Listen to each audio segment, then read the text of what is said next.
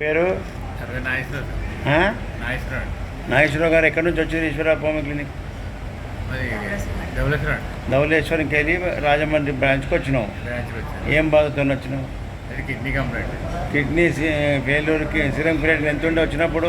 14 అండి. అప్పుడు ఫస్ట్ వచ్చినప్పుడు 14 ఉండే, ఇప్పుడు 12 వచ్చింది. అంటే ఎంత తగ్గింది? 2 తగ్గింది. చూసినావా? డయాలసిస్ చేసినా తగ్గుతలేదు, నీకు హోమియోపతి మంత్రం తగ్గుతున్నది. నువ్వు ఇంకా పచ్చం చేస్తే ఇంకా తగ్గుతుంది.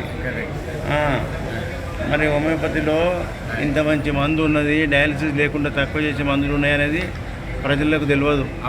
తెలియక చాలా నష్టపోతున్నారు. డయాలసిస్ పోయి ప్రాణాలు పోతున్నాయి, హింస పడుతున్నారు, నరకం చూస్తున్నారు.